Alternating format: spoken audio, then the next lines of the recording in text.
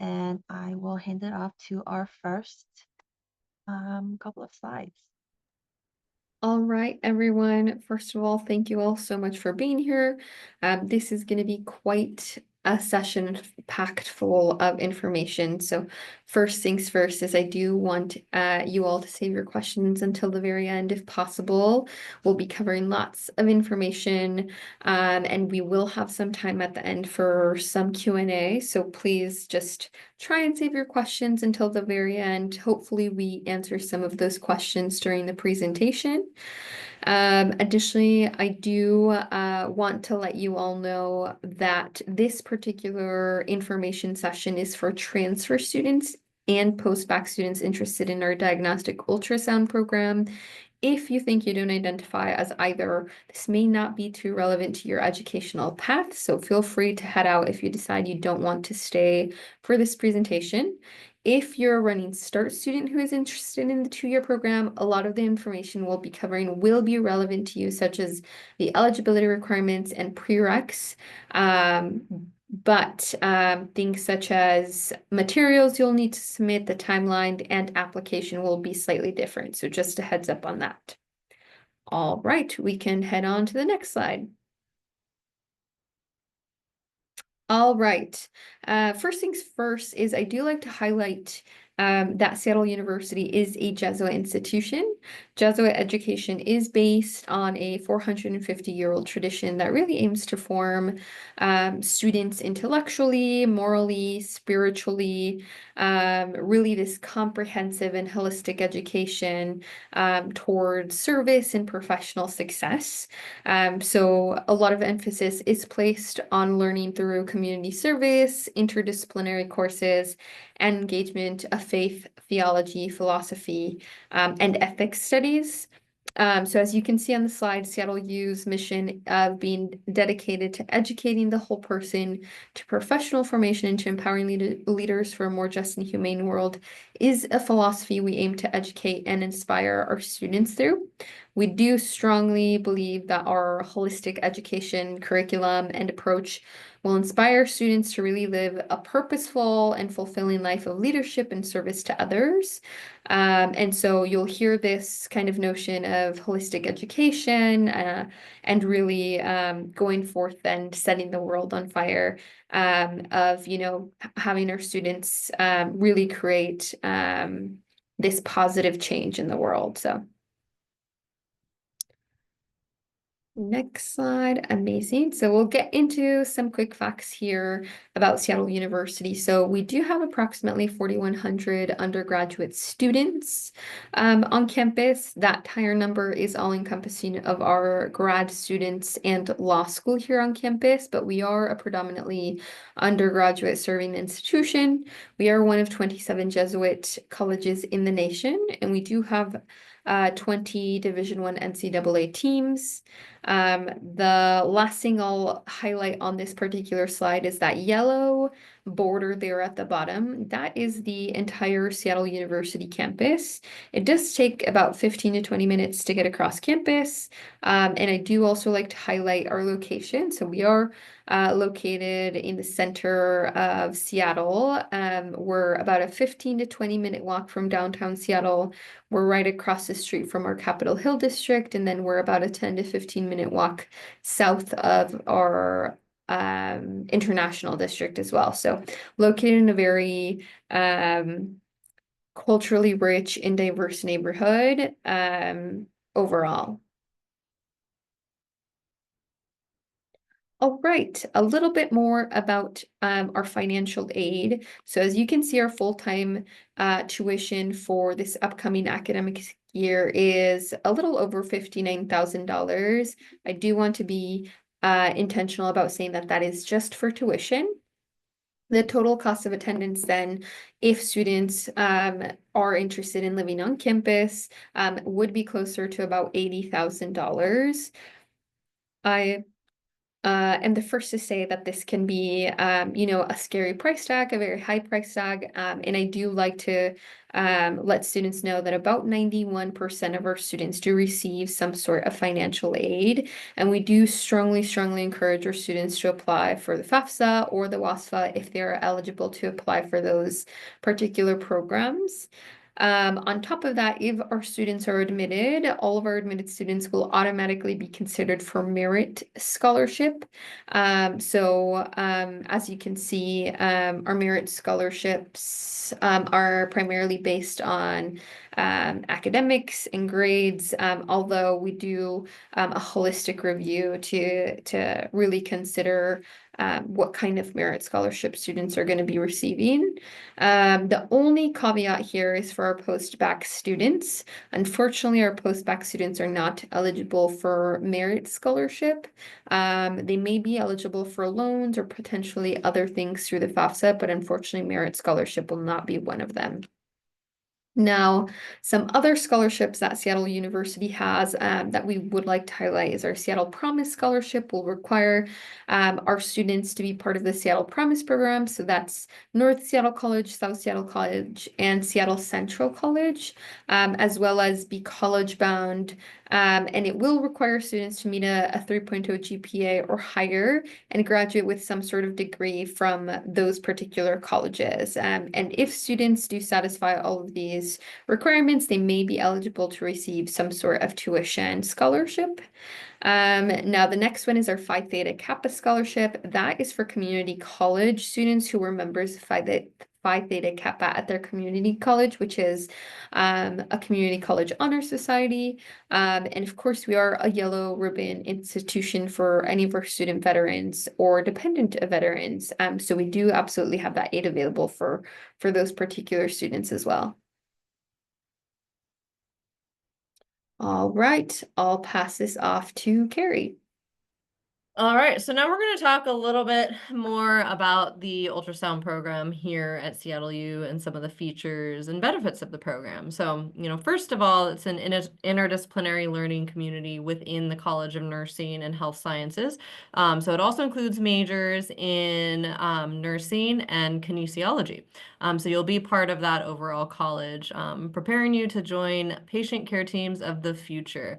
We've already talked about the Jesuit focus of Seattle University, so that's going to factor into the educational experience as well. Seattle University offers personalized advising, so you'll have access to both a professional staff advisor as well as a faculty advisor. So there's a lot of great resources and information and networking opportunities that can come from that. So that's something that's offered at Seattle University.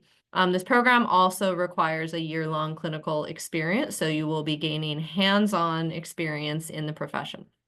This is the first and only ultrasound bachelor's program in Washington, and one of the benefits of earning a bachelor's degree in this subject as opposed to an associate's degree is the job market. So we know that's probably a factor on many people's minds, so the bachelor's degree will open you up to more opportunities. So that's something to consider as you're weighing your program options.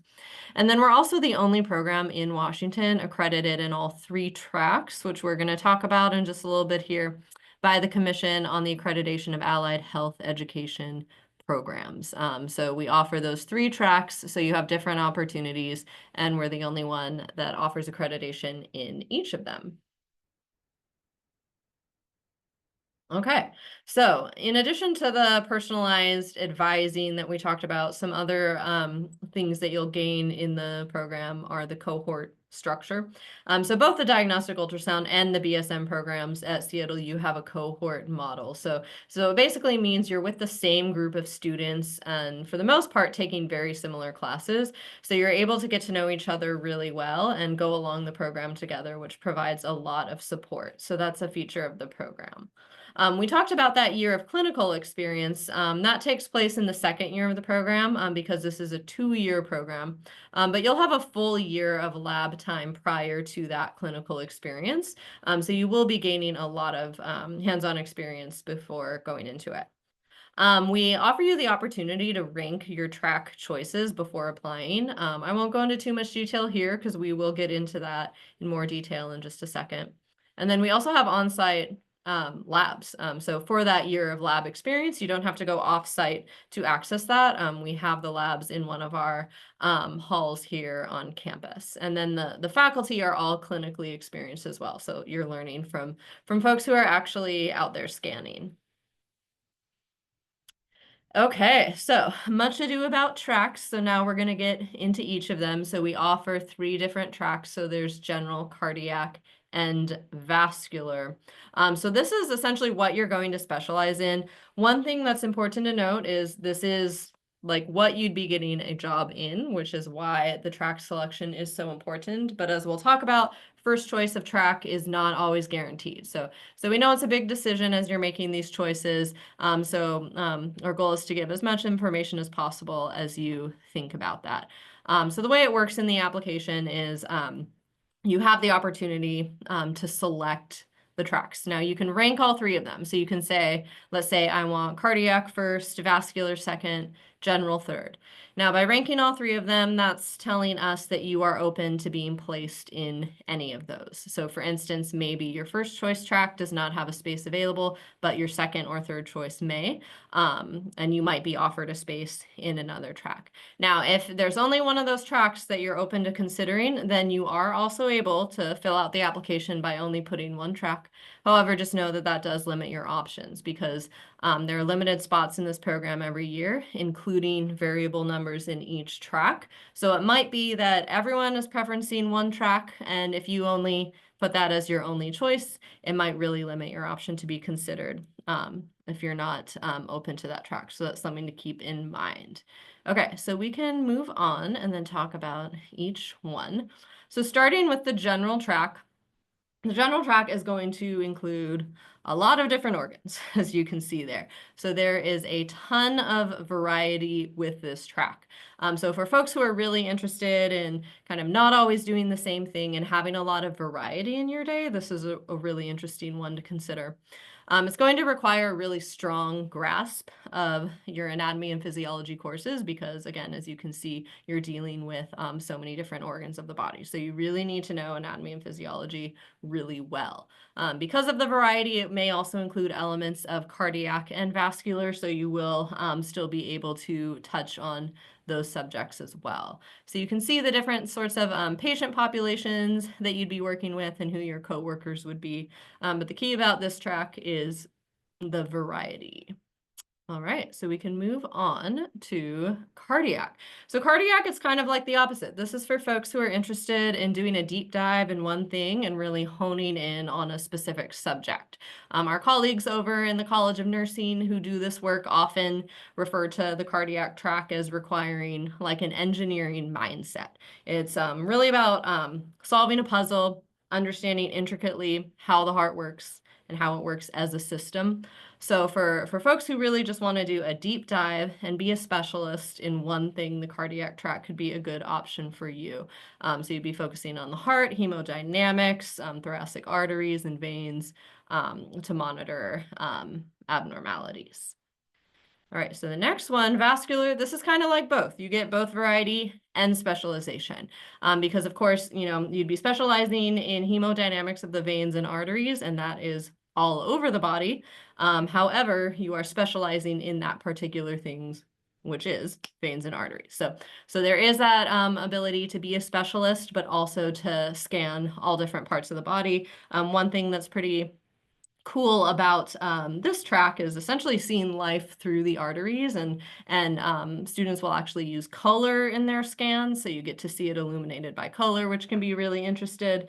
And there's a lot of clinical opportunities available in this particular track, so that really opens you up to a lot of professional opportunities. All right, so again, just to recap those tracks, you do get to rank all 3, or you can choose 1 or 2. But again, the more that you are open to, the more opportunities that may open up for admission. Okay, so here's a little visual of the diagnostic ultrasound lab where you will be performing the work. So again, this is on campus, so you don't have to leave campus to do it. Students will do this as part of their classes. Sometimes they scan each other, sometimes there are community volunteers who come in to be scanned. So it's your opportunity to essentially translate what you're learning in the classroom in like a safe clinical practice site. So you're not out there doing it yet. You have this practice site to get familiar with scenarios before you're out there in your clinical setting. All right, so speaking of which, this takes place in the last year of the program and students are individually placed. You'll be randomly assigned to a clinical site based on clinical site requirements. So there is a ton of variety in the clinical sites. So as you can see, teaching hospitals, community hospitals, rural clinics, emergency departments, physicians' offices. It's in all the specialties, depending on what your track, and it could be local, regional, or out of state. Now, so it's important to note that, again, like each site is going to have their particular requirements. So some of them do have, for instance, a GPA requirement. Some of them might need a student to be specialized in a certain thing. Now, because there are such specific requirements by each site, that's why the site availability is always very specific and somewhat limited. And that's why it's not like set from year to year, which is where that point comes in about like regional or out of state. Because it's just going to depend on who our partners are and what they need and who meets the qualifications each particular year. It is possible a student might have to go out of state for their clinical experience because that's where the opportunity is. Unfortunately, there's no way that we or the College of Nursing could provide any assurance of whether or not that would apply to any particular individual before or even after admission. That all gets sorted out once you're in the program at some point during your first year. So it is important if you are applying to this program to understand that you might need to move out of state for that final year because that is the way the program is set up. Okay, and then as part of, or as being part of a accredited program, you'll be fully qualified to sit for your national certification exams afterwards without the need for additional clinical experience, and we have great success with this.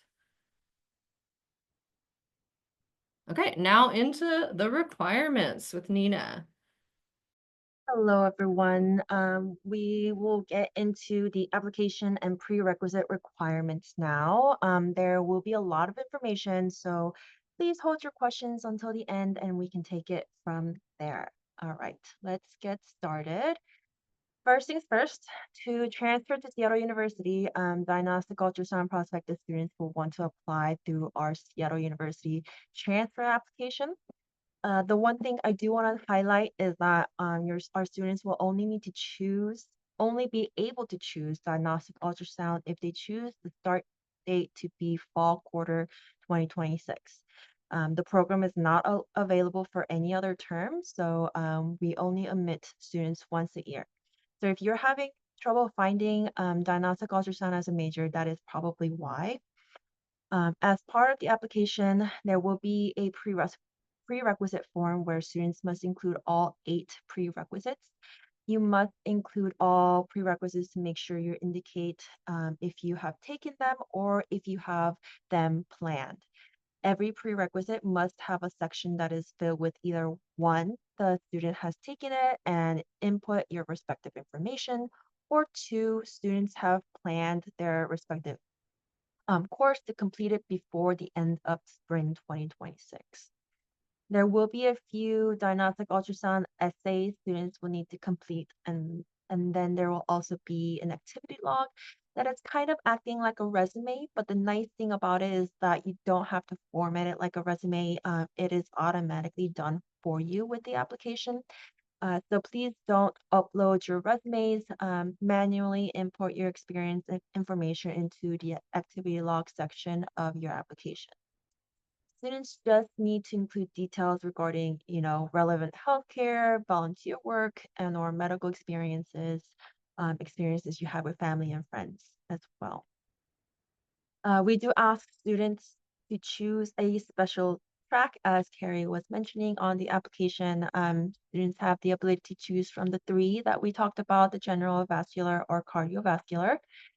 We also require official transcripts from any college or universities attended. Something really important to know about is that we require transcripts by the deadline of February 1st, and we will need updated transcripts if you are taking any classes then.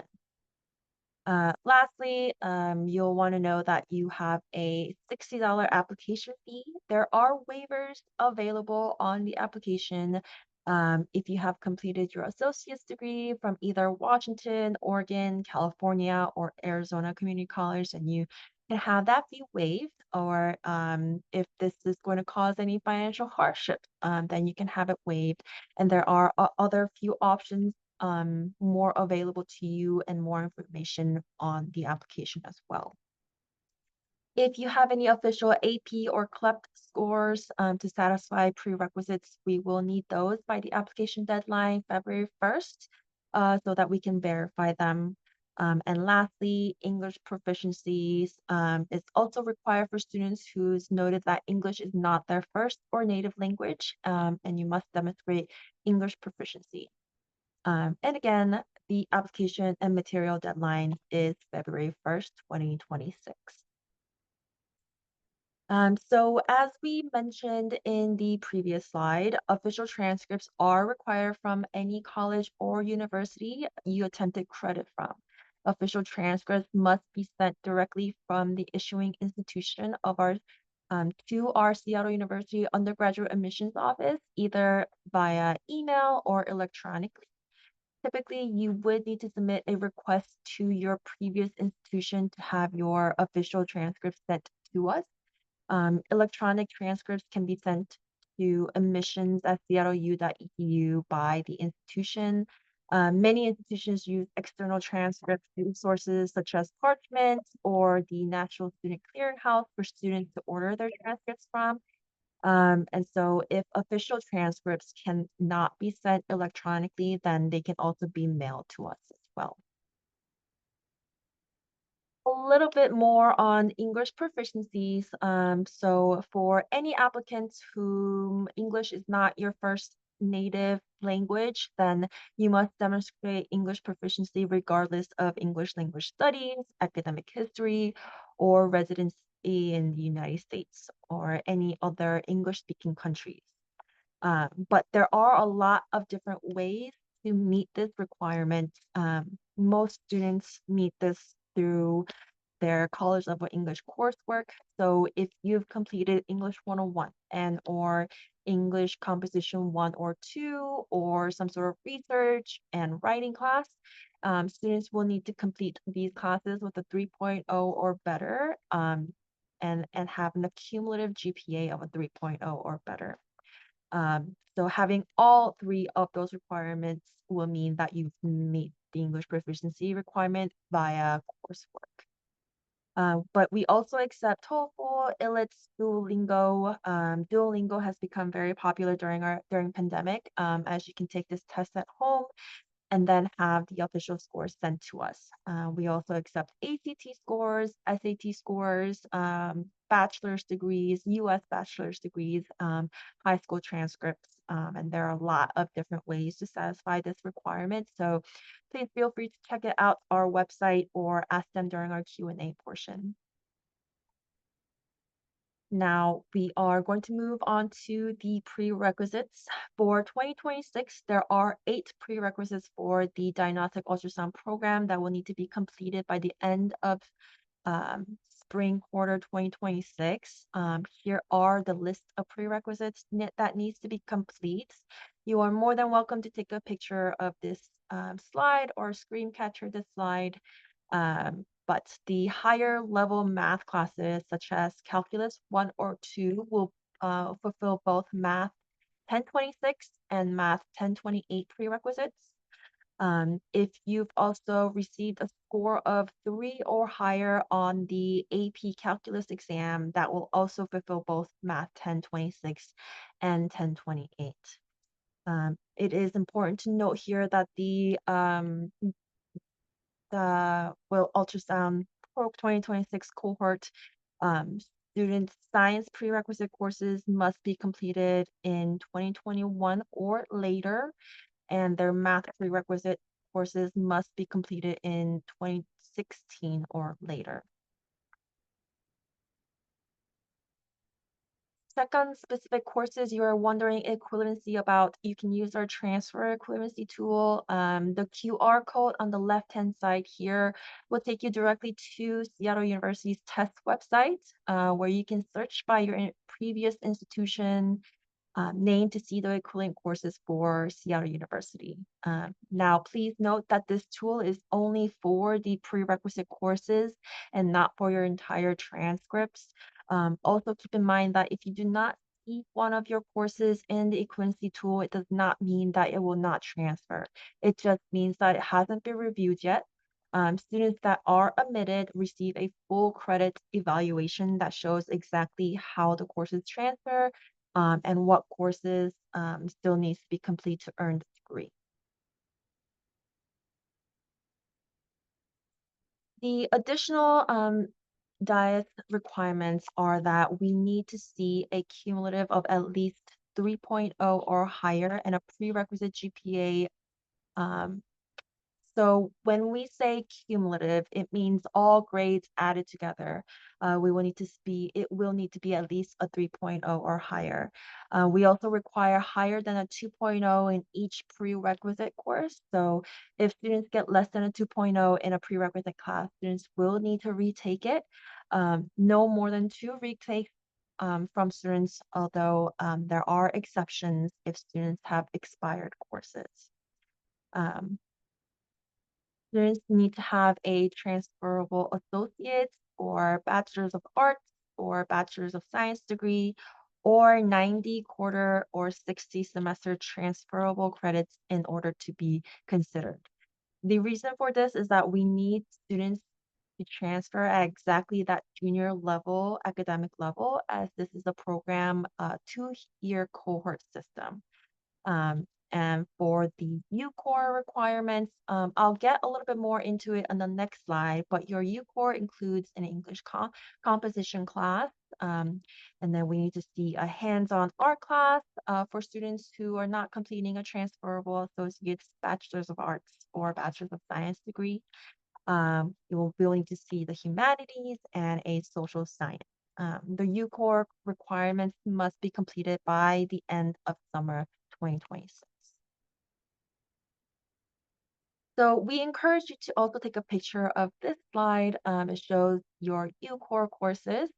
Students transferring without a AADTA or an equivalent associate's degree or Bachelor of Arts or Bachelor of Science degree must complete all 6 core Module 1 courses by the end of summer 26. Students will have automatically fulfilled UCORE 1200 and UCORE 1800 through the program. Um, through the DIET's prerequisites. So students will need to ensure that they have completed the following 4 requirements that are on this slide.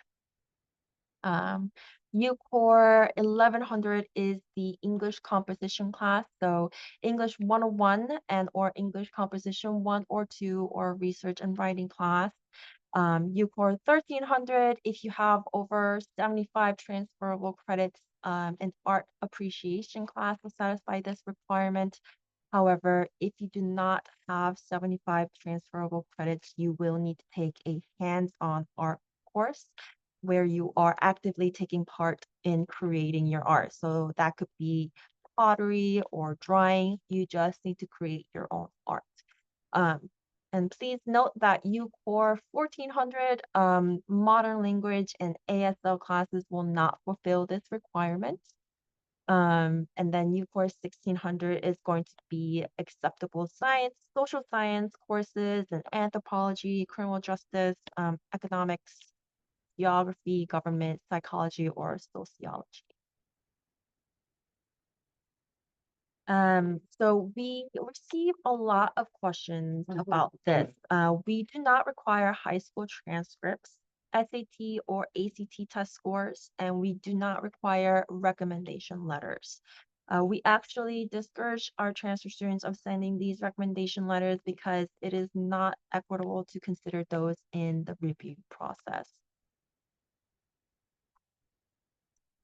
Now, I do want to chat a little bit about our admissions process. The one thing I do want to highlight is that as we talked about our application process, Seattle University uses a very holistic approach, as Jennifer was mentioning earlier, to when we are reviewing student application. So in short, that means when reading your application, we take everything in your file into consideration because we are interested in you as a whole person. We will begin by looking at your academics and your prerequisites to make sure you are eligible for the program, but really making sure all students who are applying have those 8 courses complete or in plan to be complete. Going around this circle here, we look at your overall GPA. We want our students to be academically successful if admitted into Seattle University. And the prerequisite GPA is where we will be reviewing for any prerequisites that are 2.0 or lower. As mentioned earlier, all prerequisites need to be higher than that 2.0 or um, to be accepted, but also looking for if students are doing well in those prerequisites. We also, for the essay, we are encouraging students to really take advantage of the essay as it gives us insight as to who the students are as a person. We really read each and every essay that is sent to us, and I recommend to really take time on your essays because it can really well be the deciding factor. Be your whole self and explain to us why you are interested in the program. The essay is one of the only places on the application where we can really hear your voice, and that's what we want to hear. For the grade trend, when we're looking at grade trend, so checking to see how the students have been doing, especially at the end of your last institution, making sure students are staying consistent with their academic learning. Then, as we talked about, completion of prerequisites, all of those 8 courses complete in order to be eligible for the program. And junior level is a requirement because this is a 2-year cohort system, and we want to ensure all students are prepared for the courses and rigor expected of them if admitted into Seattle University. And finally, as you fit, we just want to make sure you are a good fit for us and also that we are a good fit for you. And that we can support you and help you to be a successful student here at Seattle University. After you submit your application, please continue to monitor your emails and your Red Hawk admissions portal for updates and information on missing materials. If your application is ready for review, you will see this green banner on your portal, as you can see on the left-hand side of the screen. If we are missing materials from you, such as transcripts or English proficiency, you'll see this red banner on your portal. The login information for your portal should be the same as the one you created when you applied to SU. Thanks for sticking with us, folks. I know that was a lot of information. And so now is the time to ask any questions you still may have. Again, if you have questions after the Q&A, please feel free to reach out to us. The transfer email is at transfer@seattleu.edu. But right now, it is time for our Q&A. So you are welcome to raise your hand and ask, or you can use the Q&A box to ask your question.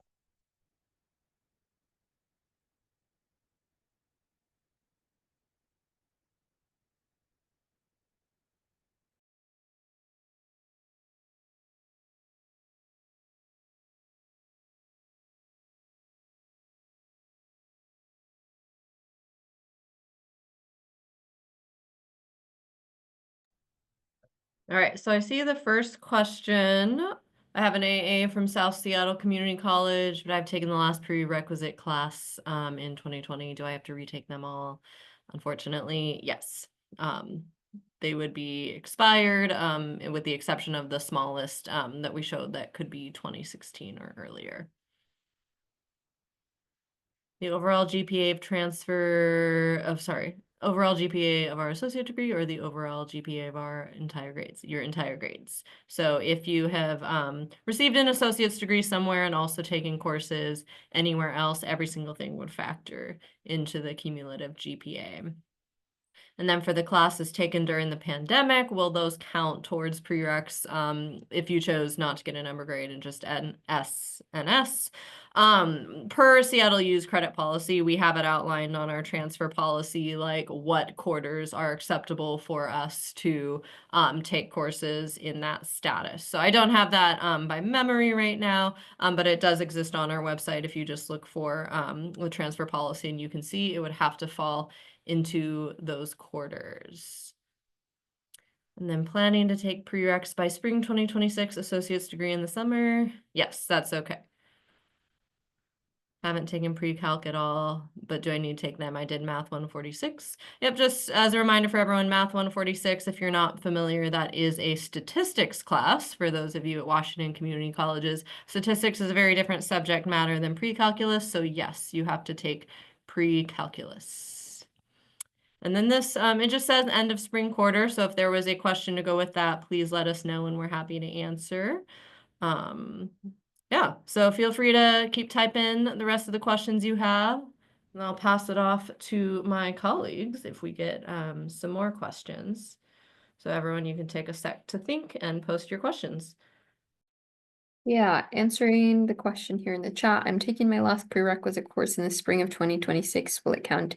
Yes, so I do want to emphasize that as long as all 10 prereqs are completed by the end of spring 2026, that should be good. We do not accept summer prerequisites, so just make sure that all of the prereqs are completed by the end of spring term of 2026. That's totally fine as long as all 10 are completed by the end of spring.